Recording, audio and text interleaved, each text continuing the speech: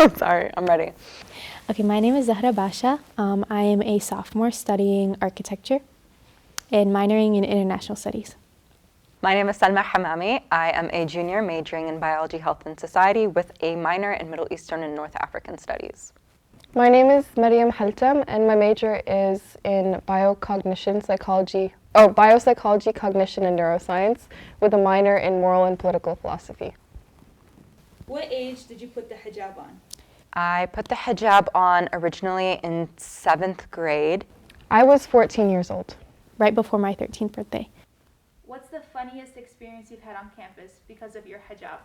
I think the funniest experience I've had on campus is a bunch of strangers trying to pronounce Assalamu alaikum to me as I walk by.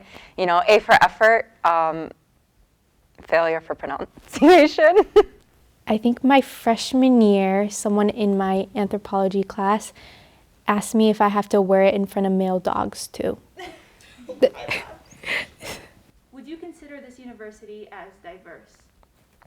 I would say that the students that embody the university definitely make the university more diverse. However, as an institution and the principles that the university was founded upon, I would not say that it is diverse. I would say yes, because I'm from Texas, and a lot of the schools there I know are pretty predominantly white. And this university, at least when you join organizations and clubs related to either like your major or related to your culture, you can diversify the people around you. I think on the spectrum, it's pretty good. I feel like the higher you get in secular education, the less, unfortunately, the less diversity you see. So for the caliber of school it is, I feel like it's mediocre. Do you feel isolated when around white people on campus? Yes. I find myself not being in spaces with as many white people, so I don't think that's as much of a question for me. But when I am in a room with predominantly white people, I feel uncomfortable, for sure. I certainly do, and it might not even be because of them specifically, but it has to do with the burden of carrying the representation of Islam on you and that constantly being fabricated in a way by the media that is not true.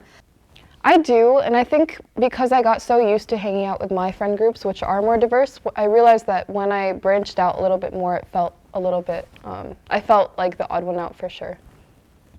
The University of Michigan is a public institution which has strayed away from claiming an official religion. As a student here, do you feel like that is true? That's a good question. I definitely agree. It's definitely secular, and even the professors and GSIs that I've had, they always make a point, even when they're stating something that you might assume would be their opinion, they always make an effort to say, and I'm just saying this is not something I agree with. So I think even teachers and lecturers and professors, they always, they never make a claim to any sort of religion or one specific political view or anything, so. I do not feel like that is true, given the buildings that are on campus, or the lack of buildings, I should say. I do find quite a few places of worship that are designated for Christian students or Jewish students, but I definitely find a lack of support and a lack of buildings in itself for programs that support Muslim students. So even though that they claim to be a non-secular university that is not founded on religion, you can definitely sense the undertones that come within the foundation of the university being, built with churches and synagogues, which is great, but at the same time, you don't see mosques also within that same area, which can also make Muslim students feel like they're not as welcomed. What kind of reactions have you gotten while fasting during the month of Ramadan on campus?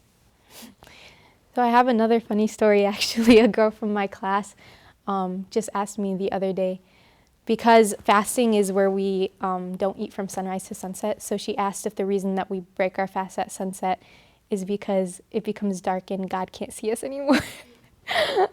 I think just the typical one, looking at me like I'm some distressed puppy, like, oh my gosh, you poor thing, are you okay?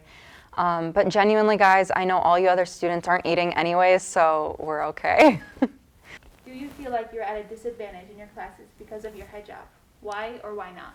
Personally, I don't think so. I don't really view my hijab as something that's holding me back at all, really. I just don't really think about it. I do find myself hesitating to speak up and answer certain questions because there is, the stereotype of Muslim women not being educated. So if I were to mess up on a question, I don't want to prove that stereotype. I feel like as a hijabi in general, not just in classes, but in life, you have to work 10 times harder to be recognized. And so I do see that, especially studying in architecture where there actually isn't as much diversity, I have to put in that effort to be noticed, to get complimented, to form those relationships with my professors, just because I guess we don't have as much in common. So I do feel to some extent it puts me at a disadvantage, but then there are certain other classes, such as like my history classes, my Mideast classes, or my Urdu class where I feel like I belong, yeah. Describe the microaggressions you've experienced on campus, if any. Oh, microaggressions. Let's talk about the macroaggressions. So a really, really common microaggression that I was actually shocked because it didn't happen to me as much in high school, was getting called by another hijabi's name within classroom settings, discussion settings, even like just like I'll be having a conversation with someone who's non-Muslim or just like not familiar with, I guess, like Islam, and yeah, they'll just call me by another name and I won't even look like the other girl, which is like the most insane thing. So, given my Muslim Palestinian female identity, and I guess you could say the tensions on campus when regarding the occupation of Palestine, I have been reported as a threat to the university. I have had parents go meet with the regents to talk about how I am a threat to their students on campus. I've had death threats sent out to me. I've had the police called on me before, simply as I just walked out, stepped up to the painting of the rock, where there was kind of like a paint rock war over the last summer. And as soon as I stepped out, within minutes, the police showed up, where I was like the only person of color there. And of course, it was a bunch of white women weaponizing the police in order to, make me feel suppressed in that moment. Which was definitely shocking, but also not surprising. I can't really think of any off the top of my head. And another one I would say is, this is more of a microaggression, but students just automatically assuming that I'm an international student, or if I'd go to professors to ask for help on certain subject matters, they'll bring up the point of saying, well, maybe you can try learning this in your own language, and maybe that would be helpful. And I've noticed that's kind of like their first route and their first solution to helping me, rather than, trying to understand what my actual issue is with the content, rather than it going back to my identity and whether or not English is my first language. Have you ever wanted to take your hijab off because of an experience you've had on campus? Personally, I would say no. I haven't really had any bad experiences that directly impacted my relationship with God and how I felt about wearing the hijab, which I'm really grateful for. Maybe it's just I'm one of the lucky ones. I'm sure there have been people who have had more negative experiences, but I personally don't have that.